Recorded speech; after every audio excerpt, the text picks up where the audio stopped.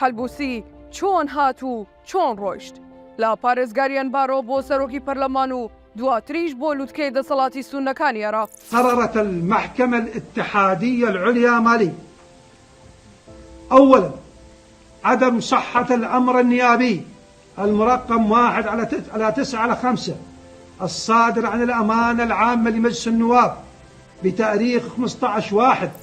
کەسایەتیەکی سیاسی بەهێز و دیاری سونەکان بوو وا وێنا دەکرا کە نوێنەری سونەکانی عێراقا بەهێزی لایەنی دارایی و نزیکی لە وڵاتانی سونی ڕۆژهەڵاتی ناوەڕاست با تایبەت تورکیا و سعودیە و ئیمارات و قەتەر بوو بە مەترسی جدی لەسەر شیعەکان و چوارچێوەی هەماهەنگی. حەلبووسی کۆتاڵقەی و زنجیرەی سونەکان بوو کە لە سەردەستی شیعەکان لە گۆڕەپانی سیاسی عێراقەوە وەلانران. یەکێک لە هەڵە کوشندەکانی حەلبووسی کە کردی دوورخستنەوە تەسفیەکردنی سەرکردە سونەکانی دیکەی پێشخۆی بوو. هەروەش بۆ هۆیەوەی ئێستا بەتەنیا دەرەقەتی فشار و پلانەکانی شیعانەیەت و دوجار خۆشی لەسەر شانەوە سیاسێت زێوەکەی عێراق ئاوتکرا. یەکەمین هەوڵی حەلبووسی دژ باوەڕێ سونەکانی خۆی کە ئەو کات پشتیوانێکی بەهێزی حەلبووسی بوو بەرامبەر جەمال کەربۆلی سەرۆکی حیزبی حەلب بوو. لە هەنگاوێکدا کەربۆلی ڕاماڵی و دووری خستەوە. هەر بۆ ژنەوەستا و دواتر دەستی کرد بە لێدان لە نوجێفیەکان و ئوسامە نوجێفی پارێزگاری موسڵیشی دوور خستەوە. دواتر حیزبی ئیسلامی لاواز کرد و ئەنجا پەلوپۆی بەهێز کرد و گەیشتە ڕافع ئیساوی و ئەویشی بە جۆرێک لە جۆرەکان دوور خستەوە. واتە سەرەتا لە دژایەتی دۆستەکانی و هاومەزهەبیەکانیەوە دەستی پێکرد هەروەش وای کرد بەتەنیا لە گۆڕەپانەکە بمێنێتەوە.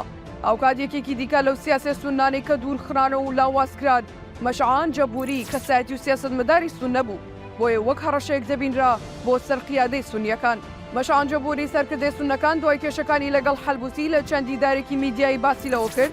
چەند ساڵێک پێش ئێستا و لە ساڵی 2010 لە ماڵی ئەبوو مادی موهەندس محەممەد حەلبووسی بەڵێنی بە قاسم سولەیمانی داوە کە جی بەرژۆندیەکانی ئێران نابێت و بە هیچ جۆرێک نابێتە بەربەست بۆ بەرژۆندیەکانیان و هەژموری ئێران. بۆیە قاسم سولەیمانی ئەوکەی سەرۆکی پەرلەمان و دەسەڵاتی تەواوی پێدەدات و لای شیعەش قبوڵ دەکرێت. بەڵام دوای هەڵبژاردنی ساڵی 2021 و کوژرانی قاسم سولەیمانی و ئەبوو مەهدی موهەندس ئەوە بووە دەرفەتێک تاوەکو حەلبووسی هەنگاوەکانی بەخواستی خۆی بەهاوێژێت و هەڵپەیمانی لەگەڵ بارزانی و سەدر پێکهێنا بۆ پێکهێنانی حکوومەت و دابشکردنی پۆستەکان لە نێوان خۆیاندا. ئەوە چوارچێوەیە مانگی نیگەران کرد و چەندین جار هۆشداریان پێدا کە هەوڵی دانیشتنی پەرلەمان نەدات بەڵام ئەو بەگوێی نەکردن. دوجار دانیشتی پەرلەمان ڕێکخراون حساب تەواو نەبوو هەم دانیشتنەکان و هەمیش بەرەی سێقۆڵی شکستیان هێنا. شیعەکان هەرگیزەوەیان لەبیر نەکرد پێیان وابوو حەلبووسی و بارزانیەوە کاربوون بۆ دابشکردنی شیعەکان بەسەر بەرەی سەدر و چوارچێوە مانگیدا بۆیە چاڕوانی دەرفەتێکیان دەکرد بۆ ئەمەش وەستان تا یاسا گرنگەکانی پەرلەمان تێپەڕێن و گرنگترینیشیان پرۆژە یاسای بودجە بوو بۆ 3 ساڵی داهاتوو. ئەما سەرباریەوەی حەلبووسی لە چەندین شوێن و چەندین جار تۆمەتبار کراوە بە جیاکردنەوەی هەرێمێک بۆ سونەکان هاوشێوەی هەرێمی کوردستان. لە ڕاستیدا دوو خاڵۆکاربوون لەلایەن شیعەکانەوە بۆ دیاریکردنی کاتی ئاوتکردنی حەلبووسی لە سەرۆکی پەرلەمان و لە هەنگاوەکانی دواتردا لە ساحەی سیاسی عێراقدا.